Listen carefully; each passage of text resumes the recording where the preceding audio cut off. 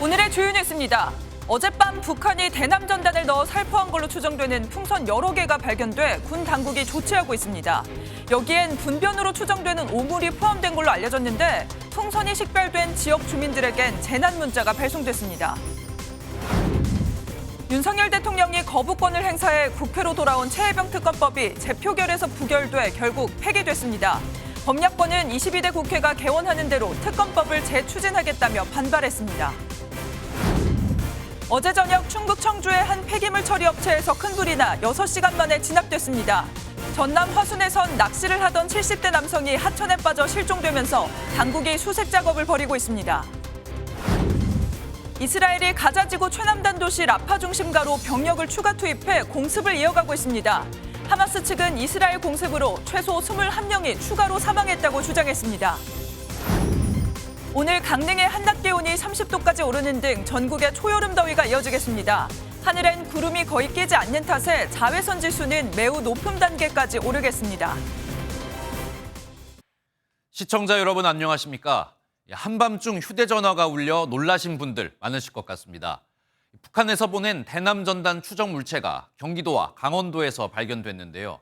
한밤중 재난 문자가 발송되면서 시민들의 문의가 이어졌습니다. 첫 소식 전민석 기자입니다.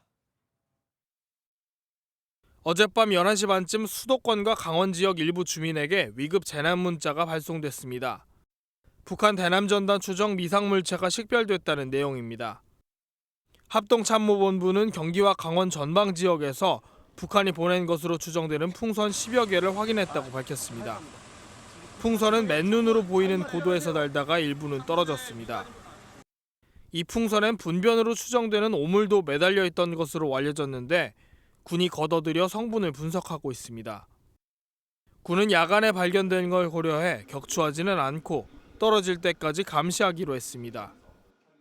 특히 16년도에는 풍선에 오물을 넣어 보내는 등 저급한 행동을 한 바 있어서 공중에 북한 풍선으로 보이는 물체를 발견하셨을 경우에는 군부대나 경찰로 신고해 주시기 바랍니다. 앞서 지난 10일 국내 대북단체가 대북전단 30만 장을 날려보냈고 이에 맞서 북한은 지난 26일 수많은 휴지장과 오물짝들이 곧 한국 국경지역과 중심지역에 살포될 것이라고 위협한 바 있습니다. MBN 뉴스 전민석입니다.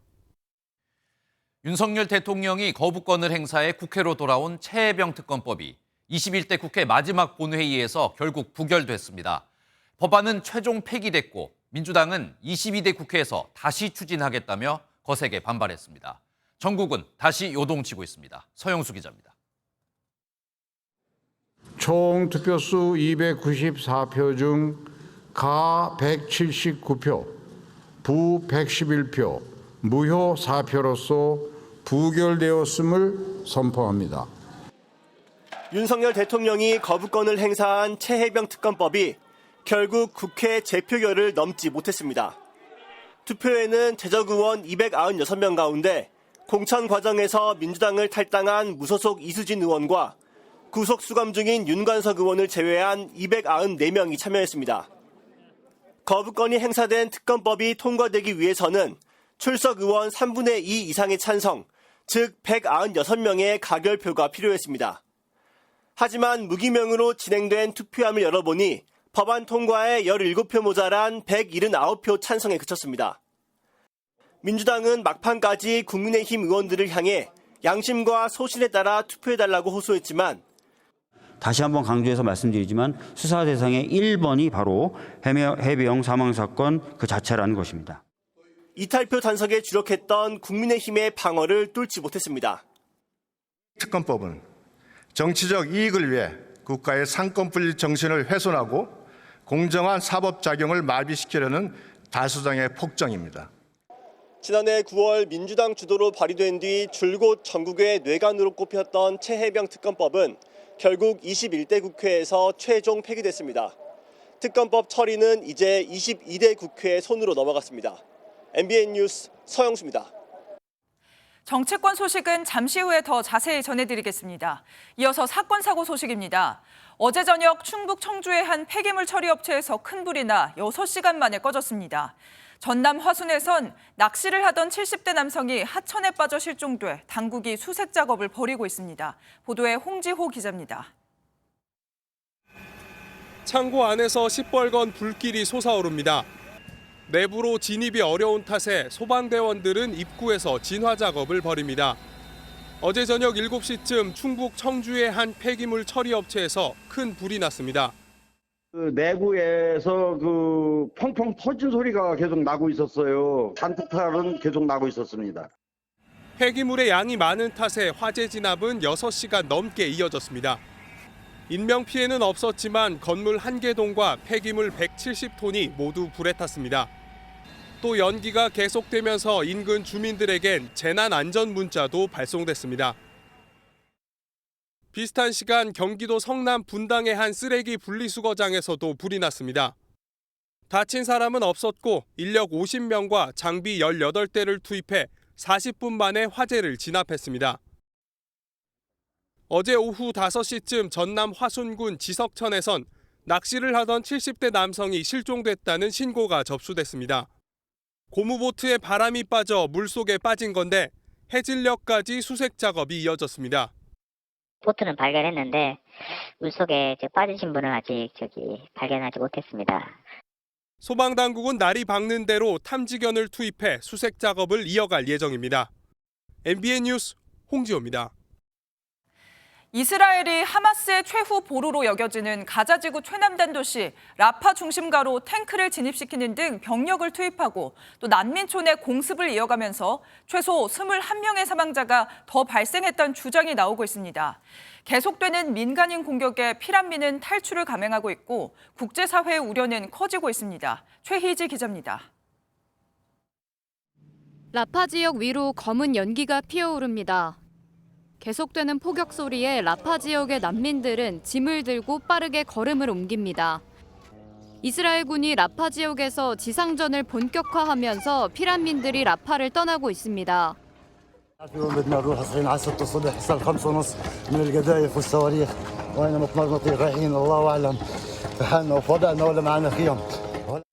라파 중심부로 탱크를 진입시킨 이스라엘군은 보병 지휘관 훈련을 담당하는 교육부대를 추가로 투입해 하마스 무장대원들과 총격전을 벌이기도 했습니다. 하마스 측은 이스라엘군이 라파 난민촌을 또 공습하면서 최소 21명이 더 사망했다고 주장했습니다. 이에 유엔 등 국제기구들은 라파 전면전이 가져올 수 있는 위기를 강력하게 경고했습니다. So if there would be a full incursion, if it would be continuing, this contingency plan is like a band-aid. It will not prevent what we expect substantial additional mortality and morbidity. 세계보건기구는 특히 이스라엘의 공습으로 라파의 마지막 남은 병원 한 곳도 기능을 상실할 것이라고 우려를 표했습니다. 그럼에도 이스라엘군의 공격은 멈출 기미를 보이지 않으면서 민간인 피해에 대한 우려가 현실이 돼가는 모습입니다. MBN 뉴스 최희지입니다. 음주 뺑소니 혐의로 구속된 트로트 가수 김호중 씨가 경찰 조사를 받고 있죠. 그런데 김호중 씨, 경찰 조사에서 협조적이지 않은 것으로 전해지고 있습니다. 3개의 휴대전화 중 일부만 비밀번호를 알려주고 소주도 경찰 추정보다 훨씬 적은 양을 마셨다 주장하고 있습니다. 강서영 기자입니다. 음주 뺑소니 혐의를 받고 있는 가수 김호중 씨가 어제 처음 구속 조사를 받았습니다. 김 씨는 압수된 자신의 아이폰 휴대전화 3대 중 일부만 비밀번호를 알려준 것으로 전해졌습니다. 아이폰은 보안 수준이 높아 비밀번호 없이는 포렌식이 어렵습니다. 경찰은 김 씨가 범행 전 소주 3병을 마신 것으로 보고 있는데 김 씨는 소주 몇 잔을 마셨다며 부인하는 것으로 알려졌습니다.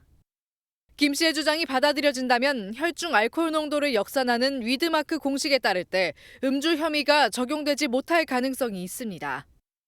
경찰은 대리자수했던 매니저의 휴대전화를 조사해 김 씨의 혐의를 입증할 추가 증거인 녹음 파일을 확보한 것으로 전해졌습니다. 녹음 파일엔 술을 마시고 사고를 냈으니 대신 자수해달라는 김 씨의 목소리가 담긴 것으로 알려졌습니다. 이를 근거로 경찰은 김 씨에 대한 혐의를 형량이 더 무거운 범인 도피 교사로 변경하는 걸 검토 중입니다. 김 씨가 사고 당일 만난 코미디언과 래퍼는 정찬우 씨와 그룹 리쌍 출신 길 씨로 파악됐습니다. 경찰은 이번 주 내로 수사를 마무리하고 김 씨를 검찰에 송치할 계획입니다. MBN 뉴스 강서영입니다.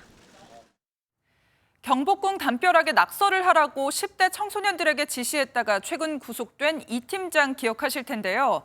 이 남성이 경찰 조사를 받던 도중 달아났던 사실이 저희 MBN 단독 취재로 확인됐습니다. 담배를 피우겠다면서 흡연장에 갔다가 그대로 담을 뛰어넘은 건데 수갑도 차지 않은 상태였습니다. 최민성 기자가 취재했습니다. 흰색 티셔츠를 입은 한 남성이 뒤도 돌아보지 않고 전력 질주합니다. 잠시 뒤 나타난 경찰들이 황급히 쫓아가는 장면이 포착됩니다. 지난해 12월 10대 2명에게 경복궁 담벼락 낙서를 지시한 혐의로 지난 25일 구속됐던 30대 강모 씨입니다. 일찍 뛰어갔어요? 여러 명 쫓아갔는데 누가 경찰이 누가 도망간 사람이 없다는 거죠. 서울경찰청 사이버수사대는 강 씨에 대한 막바지 조사를 벌이고 있었습니다.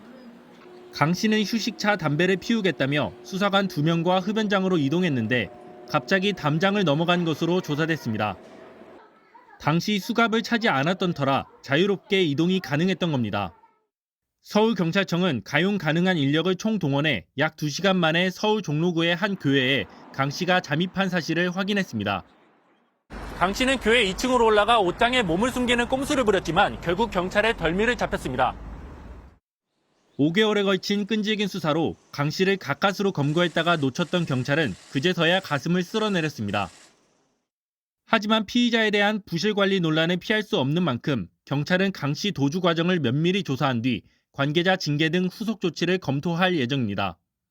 MBN 뉴스 최민성입니다. 또 음주운전 사건입니다. 가수 김호중 씨의 음주운전 사고로 나라가 떠들썩하지만 음주운전이 끊이지 않고 있는데요. 이번엔 서울 강남 한복판에서 음주운전을 하다가 멈춰있던 차량을 들이받고 도망친 남성이 경찰에 붙잡혔습니다. 음주운전 사고를 낸 뒤에도 사과는커녕 큰 소리를 치다가 경찰이 오자 도망쳤습니다. 노아린 기자가 단독 취재했습니다. 검은색 승용차가 빠른 속도로 달려오더니 멈춰있던 차량을 강하게 들이받습니다. 충격으로 차량의 앞바퀴가 빠져 도로 위를 나댄 겁니다. 지난 25일 저녁 8시쯤 서울 논현동에서 50대 남성 A씨가 대리주차를 위해 대기하던 고급 외제차를 들이받았습니다. 이 사고로 대리주차 직원이 다리를 다쳐 병원으로 옮겨졌습니다. 그런데 A씨는 사고를 낸 뒤 오히려 피해 차주에게 언성을 높이는 등 화를 냈던 것으로 전해졌습니다. 얼마나 소리를 지르더니 내가 누군지 알아 그러면서 내가 이름 특정만 되면 다 아는 사람이라고. 피해 차주에게 소리치던 A씨는 현장에 출동한 경찰차를 보자마자 갑자기 달아났습니다. 언덕으로 도망친 남성은 약 10분 동안 경찰과 추격전을 벌인 뒤 현행범으로 체포됐습니다. 당시 A씨의 혈중 알코올 농도는 면허 취소 수준으로 만취 상태였고 마약 간이 검사에서는 음성이 나온 것으로 확인됐습니다. 서울 강남경찰서는 A씨를 음주운전, 사고 후 미조치 등 혐의로 입건하고 정확한 사고 경위를 조사하고 있습니다. MBN 뉴스 노하린입니다. 육군에서 군기훈련, 이른바 얼차려를 받다가 훈련병이 사망한 사건과 관련해서 현장 지휘관 2명이 조만간 경찰 조사를 받게 됐습니다. 숨진 훈련병은 근육이 심하게 손상됐던 걸로 전해져서 가혹행위 논란이 커지고 있습니다. 권용범 기자의 보도입니다. 조사 착수 하루 만에 육군 수사단은 군기훈련 훈련병 사망 사건을 관할인 강원경찰청에 이첩했습니다. 현장에서 군기훈련을 지시했던 중대장과 부중대장에게 업무상 과실치사, 직권남용 가혹행위 혐의가 적용됐습니다. 강원경찰청은 사건 기록과 부검 결과, 현장 감식 내용 등을 토대로 수사 대상자들을 불러 조사할 방침입니다. 군 관계자 조사를 진행을 해야죠. 부검 결과가 나오면은 사망 원인에 대해서 누가 책임이 있느냐 결론도 내야 되고.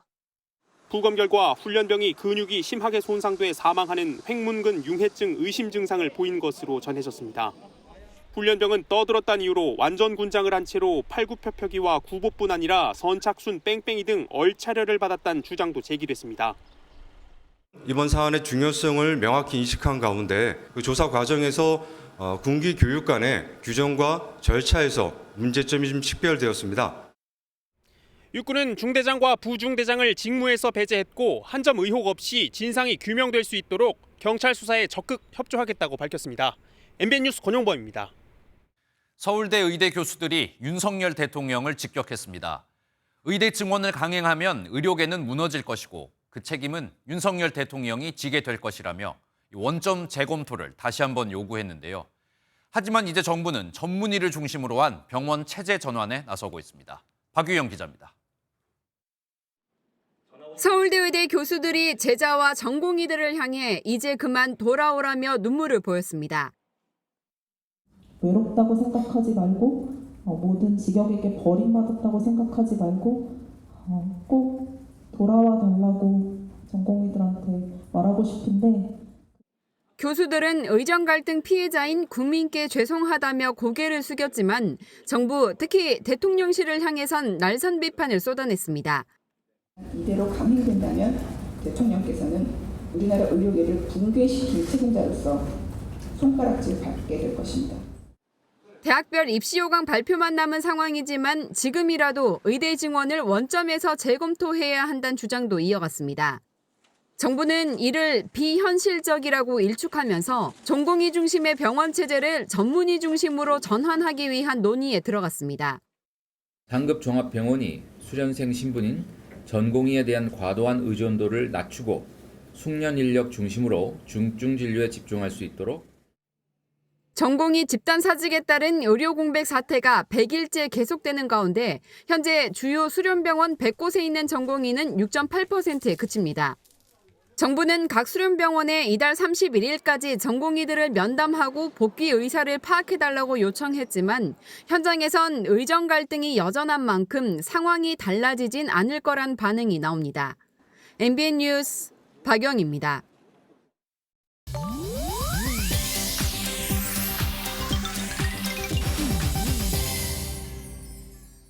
인터넷에선 어떤 소식들이 화제일까요? 인터넷 와글와글입니다. 배우 이재훈, 구교환 주연의 영화 탈주가 국내 개봉 전 해외 163개 나라에 판매되는 성과를 냈습니다.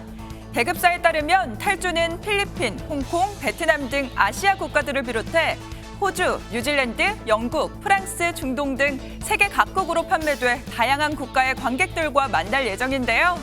북미에서는 한국과 비슷한 7월 5일 개봉을 결정했습니다. 이종필 감독이 연출한 영화 탈주는 새 삶을 찾아 남쪽으로 탈주를 꿈꾸는 북한군 병사와 그를 막아야 하는 북한군 장교의 목숨을 건 추격전을 그렸습니다.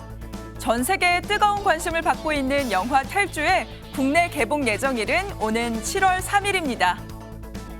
지리산을 오르던 등산객이 등산 중에 만난 반달가슴곰 영상이 SNS에서 화제를 모으고 있습니다. 지난주 지리산 국립공원 벽소령에서 곰과 마주쳤던 등산객이 촬영한 영상인데요. 수풀에서 검은색 곰 한 마리가 쑥 나타나 등산객 쪽을 한번 쳐다보더니 앞장서 등산로를 걷다가 다시 숲속으로 들어가 모습을 감춥니다. 지리산 일대에는 현재 약 85마리의 반달가슴곰이 서식 중이라고 하는데요. 반달가슴곰을 만난 건 행운이라는 누리꾼들의 의견도 있었지만 촬영을 하다 큰일을 당할 수도 있으니 주의해야 한다는 의견도 많았다고 하는데요. 실제로 곰과 마주쳤을 때는 사진은 찍지 말고 시선을 마주하며 뒷걸음으로 자리를 벗어나야 한다고 하네요. 영화를 보면 강도들이 달리는 차에서 물건을 훔치는 장면이 나오죠. 인도의 한 도로에서 실제로 이런 일이 일어났습니다. 달리는 트럭에 물건을 훔치는 3인조 도둑의 모습을 포착한 영상이 SNS에 올라왔는데요. 한 명은 트럭 뒤에서 오토바이를 몰고 다른 도둑 2명은 달리는 트럭 짐칸 위에서 화물을 도로에 떨어뜨립니다. 이어 2명이 트럭에서 내려와 고개를 하듯 모두 오토바이에 안착하더니 트럭에서 멀어졌다고 하는데요. 달리는 트럭에 올라가 물건을 훔치는 간 큰 도둑들. 영상을 본 누리꾼들도 황당하다는 반응을 보이고 있다네요. 인터넷 와글와글이었습니다.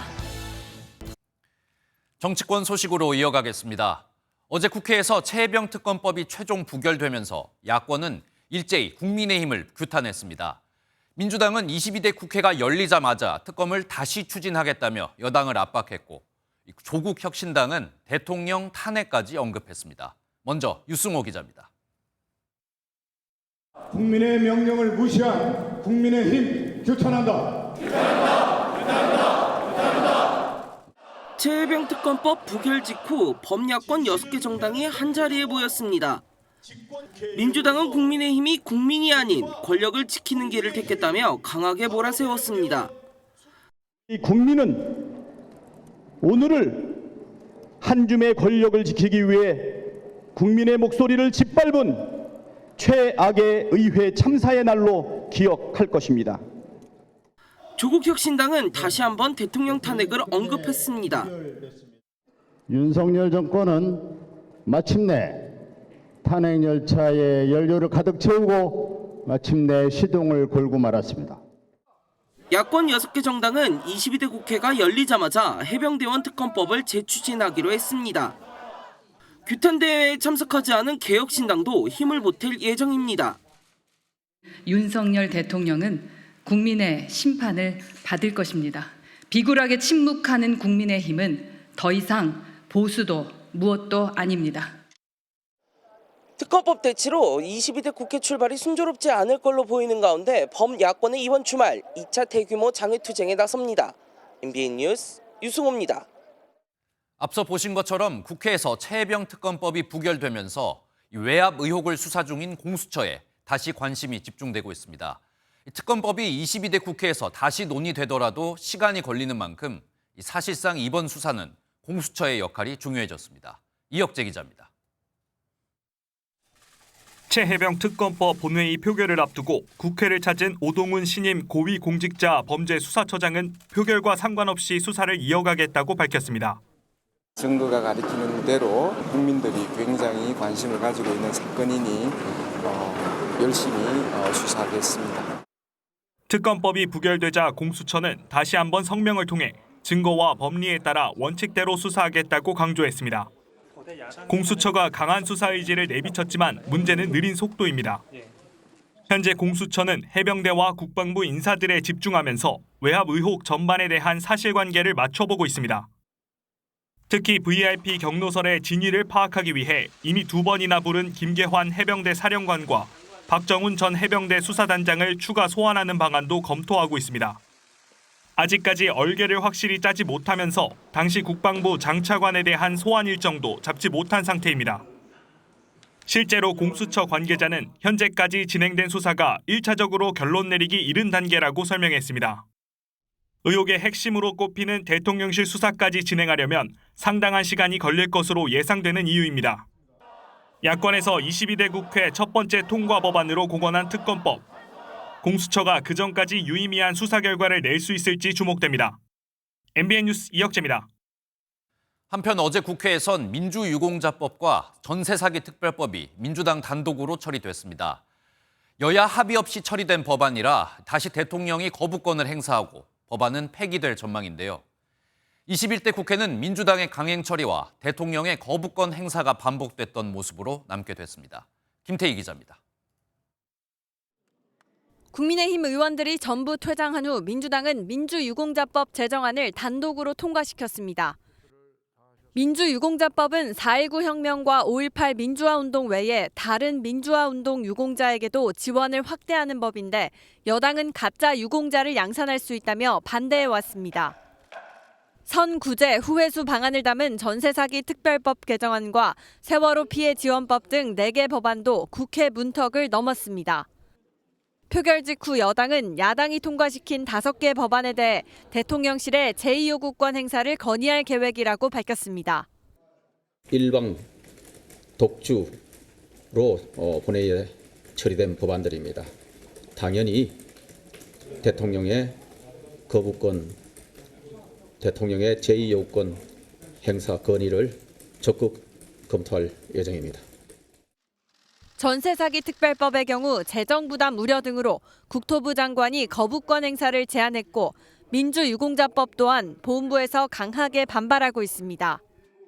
대통령실 핵심 관계자는 법들의 문제가 적지 않아 거부권 행사가 불가피하다고 밝혔습니다. 국회를 통과한 법안들이 정부로 이송된 만큼 국무회의에서 제2요구안건을 의결하고 대통령이 이를 제가하면 법안은 재표결 없이 폐기될 전망입니다. MBN 뉴스 김태희입니다. 미국에선 트럼프 전 대통령의 성추문 입막음 의혹에 대한 재판이 이제 최종 판결을 앞두고 있습니다.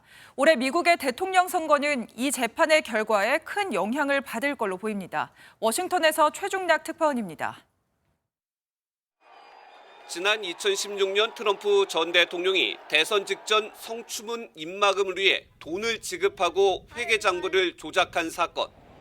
이른바 성추문 입막음 돈 형사 재판에서 트럼프 전 대통령의 최후 변론이 이뤄졌습니다. 트럼프 전 대통령은 법원 출석에 앞서 오늘은 미국 역사에서 매우 어둡고 슬픈 날이라고 말했습니다. Donald Trump did nothing wrong. There's nothing wrong. This is everybody saying it. This is a very dangerous day for America. It's a very sad day. Thank you. 이후 배심원단은 유무죄 여부를 가리기 위한 심리에 착수하며 짧게는 몇 시간, 길게는 몇 주가 걸릴 예정입니다. 올해 대선이 박빙이어서 이번 재판 결과에 따른 판세 영향도 주목받고 있습니다. ABC 여론조사에서 트럼프 전 대통령 지지자 가운데 4%는 유죄를 받으면 더는 지지하지 않겠다. 16%는 지지 여부를 재고하겠다고 답했습니다. 같은 여론조사 가상 대결에서 트럼프 전 대통령은 46%, 바이든 전 대통령은 44%로 2%포인트 격차여서 유죄를 받을 때 트럼프의 박빙 우세가 위태롭게 됩니다. 반면 유죄가 나오면 트럼프 전 대통령 측 지지자들이 더 결집할 가능성도 제기됩니다. 이런 가운데 사법비용 부담으로 돈 가뭄에 시달리는 트럼프 전 대통령이 후원자들에게 점심 한 끼 식사로 340억 원이라는 고액 후원을 압박하고 있다고 워싱턴 포스트가 보도했습니다. 한편 판결에서 배심원들이 유무죄를 결정하지 못하고 평결 불일치를 내릴 경우 트럼프 측은 승리를 선언할 것이라고 미 언론들은 예측했습니다. 워싱턴에서 MBN 뉴스 최중락입니다. 짧은 시간에 통증 없이 암세포만 정밀하게 타격해 제거하는 꿈의 암 치료기가 바로 중입자 치료인데요. 그동안은 주로 전립선암 치료만 가능했는데 어제부터 간암과 췌장암 환자도 이 치료를 받을 수 있게 됐습니다. 자세한 내용은 신용수 기자가 전해드립니다.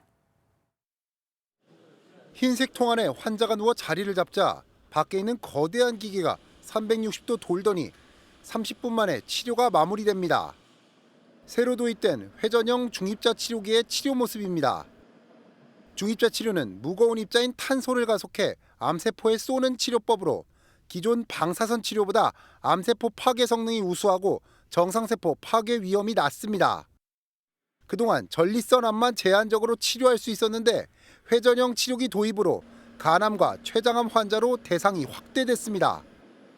해당 치료 시간이 짧고 전체 치료도 한 달 안에 마칠 수 있어 환자 만족도가 높습니다.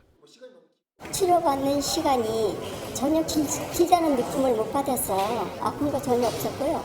암이라는 걸 치료를 하는데 이렇게 편안하네 이런 느낌이 들 정도로. 국내 중입자 치료가 도입된 뒤 1년간 270명의 환자가 치료를 받았습니다. 앞으로 간암과 췌장암까지 더해지면 환자 수는 빠르게 늘어날 전망입니다. 이게 회전형 치료실이 이게 1번이고 그러니까 2번 치료실까지 이제 오픈이 되면은 연간 1,000명 정도의 환자분을 치료하는 게 목표입니다. 병원 측은 올해 하반기 폐암을 비롯해 적응증을 더 확대한다는 계획입니다. 또 수천만 원에 달하는 치료 비용 부담을 줄이고자 건강보험 급여도 신청한 상황입니다. MBN 뉴스 신용수입니다. 고속도로 통행료를 낼 때 대부분은 하이패스를 이용하지만 현금이나 교통카드로 결제하는 사람도 적지 않은데요.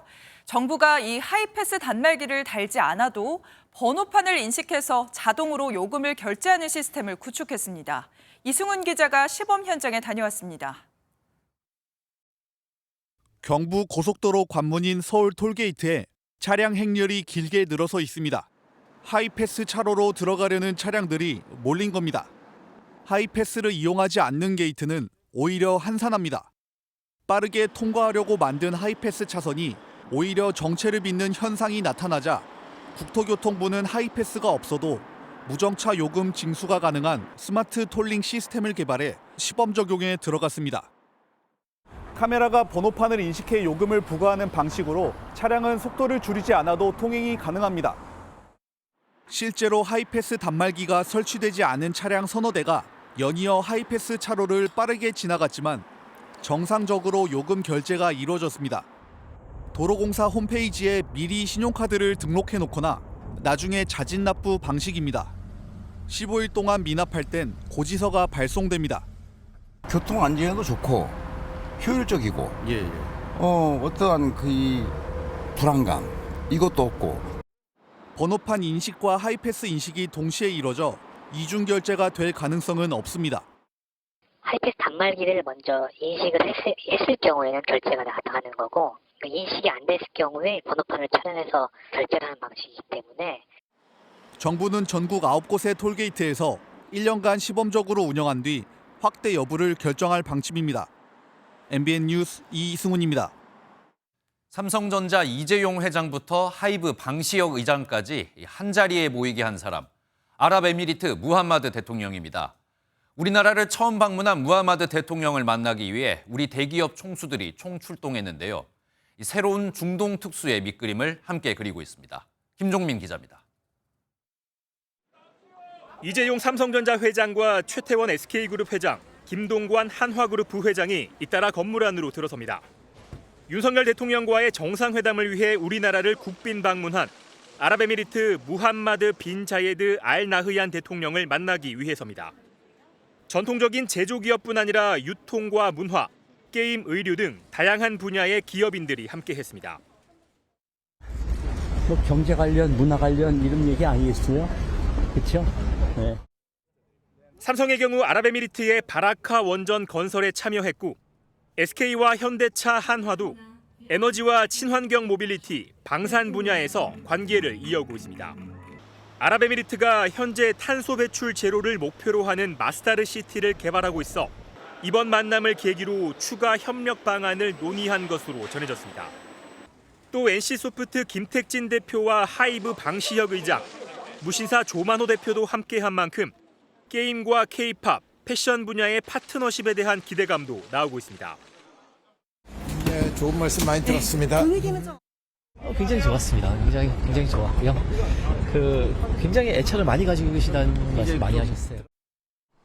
아랍에미리트와 우리나라 교역 규모는 지난해 208억 달러 수준으로 아랍에미리트는 한국의 14위 교역국으로까지 올라섰습니다. 무함마드 대통령은 자신의 SNS를 통해 한국과의 경제 협력과 긴밀한 인적 유대를 통해 더 많은 발전을 이루겠다고 밝혔습니다. MBN 뉴스 김종민입니다. 아직 5월인데도 이른 더위가 찾아오면서 시원한 수박 생각이 절로 나는 요즘인데요. 지갑 열기 무서울 정도로 과일 가격이 오르면서 유통업계가 상대적으로 값이 싼 조각과일과 냉동과일을 잇따라 선보이며 여름 마케팅에 나섰습니다. 정주영 기자입니다. 서울 강남의 한 편의점입니다. 이른 더위가 찾아오면서 여름철 인기 과일인 수박이 예년보다 한 달 빨리 선보였습니다. 5kg 안팎의 통수박부터 1, 2인 가구를 겨냥한 250g짜리 조각 수박도 있습니다. 껍질을 벗긴 뒤 깍둑 썰기한 수박만 담은 건데 소비자들은 먹기도 편하고 가격도 부담스럽지 않다는 반응입니다. 조각 수박을 간편하게 먹을 수 있다는 거, 그다음 편리하게 먹을 수 있다는 거는 되게 좋은 것 같고요. 가격 면에서 또 합리적이라고 생각을 합니다. 대형마트에선 냉동과일의 매출이 심상치 않습니다. 과일값이 부담스러운 소비자들의 발길이 상대적으로 저렴한 냉동과일로 몰리는 겁니다. 지난해 냉동과일 수입량이 사상 최대를 기록한 가운데 딸기와 블루베리, 망고까지 품목도 다채로워졌습니다. 냉동 과일을 또 많이 먹고 있어요. 가격 면에서도 저렴하고 대용량 봉지를 사면은 두고 오래 먹을 수 있어요. 그래서 그게 장점이에요. 올 들어 이 대형마트의 냉동과일 매출은 망고가 30%, 블루베리가 8% 뛰는 등 성장세를 이어가고 있습니다. 냉동 과일이 가격이 좀 안정적이다 보니까 고객님들이 선호도가 많이 좀 높아지는 편이고요. 그중에서도 냉동 망고가 가장 인기가 좀 좋습니다. 과일값이 물가를 끌어올리는 프루트플레이션이 이어지는 가운데 조각과일과 냉동과일이 새로운 소비 트렌드로 떠오르고 있습니다. MBN 뉴스 정주영입니다.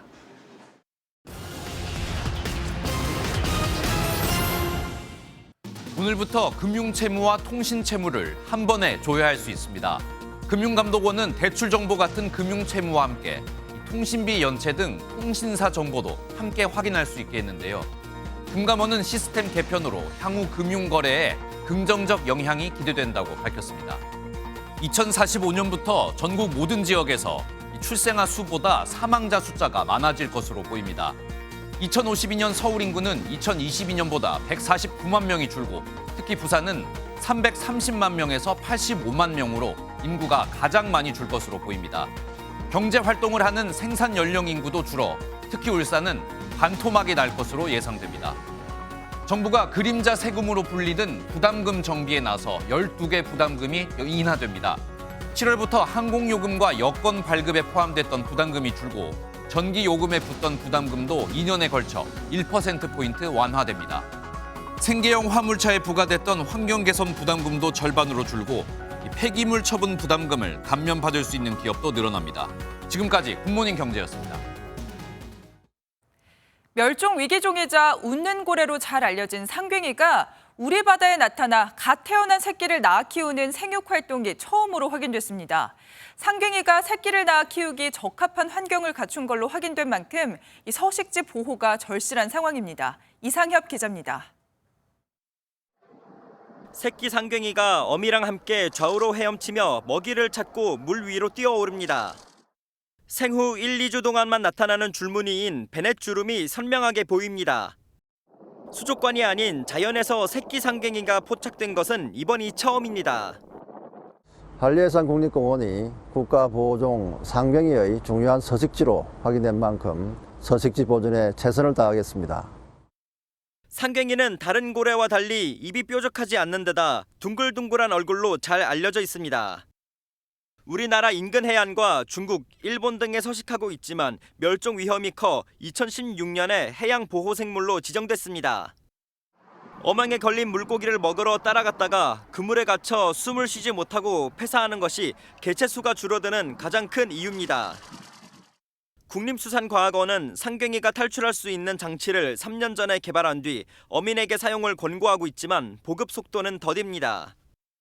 어민들이 안 쓰는 이유가 어획량이 너무 많이 빠져나간다. 사용 의무화를 하되 그 어획량의 손실분에 대해서는 보상해주는 방안으로 21대 국회에서 상괭이 탈출 장치 사용을 의무화하는 상괭이 보호법이 발의됐지만 입법의 문턱을 넘지 못한 채 오늘 회기가 종료됩니다. MBN 뉴스 이상엽입니다. 강원도 대관령은 전국에서 봄이 가장 늦게 찾아와 한국의 알프스라고도 불리죠. 다른 곳은 벌써 초여름 날씨지만 대관령에는 이제서야 봄이 찾아왔습니다.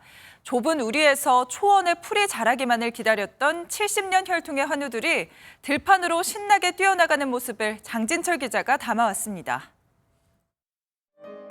소들이 길을 따라 힘차게 내달립니다. 도착한 곳은 해발 900m 대관령 푸른 초원.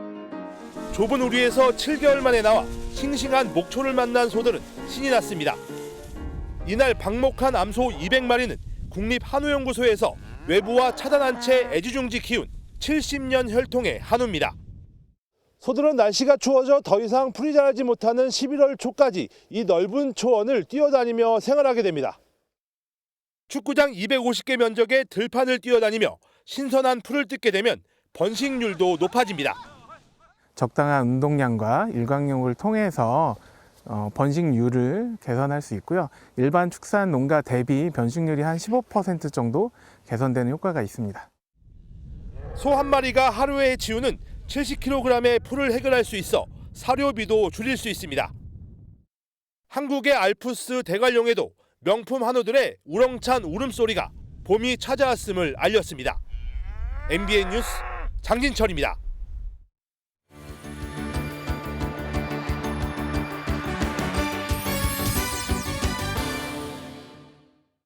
굿모닝 월드입니다. 1인 보트가 이렇게나 화려합니다. 합판으로만 만들었다는 보트들의 겨루기 대회가 열렸는데요. 화면으로 함께 만나보시죠. 보트를 타고 열심히 노를 젓고 있는 사람들.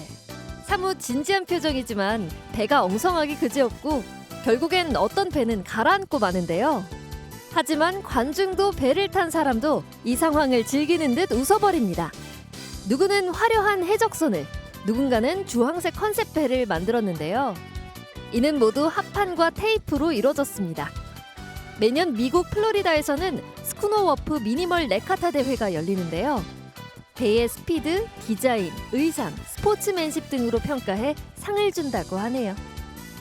경찰이 체포하는 장면을 보여드릴 건데요. 체포 과정에서 테이프를 이용해서 입을 막을 수밖에 없었다고 합니다. 무슨 일이 있었던 걸까요? 영상으로 함께 보시죠. 주택 앞에서 경찰이 몸을 누르고 테이프로 입을 막아 연행해 갑니다. 경찰이 체포한 건 주택가에 나타난 악어였는데요. 경찰차까지 타게 된 악어. 경찰서에서 조사를 받는 대신 인근 호수에서 방생됐는데요. 조지아주에 따르면 약 20만에서 25만 마리의 미국 악어가 살고 있어서 가끔 주민들을 놀라게 한다는데요. 다행히 이 종류의 악어가 사람을 공격한 경우는 적었다고 하네요. 여기 매일같이 휴전이 되어 자유가 찾아오길 기도했다는 이가 있습니다. 비폭력 운동가 문터 아미의 얘긴데요. 이스라엘로 가보시죠. 이스라엘이 설치한 방범벽. 이 벽화를 지나는 남성은 팔레스타인 전역에서 이스라엘 점령에 반대하는 비폭력 운동을 하는 문터 아미입니다.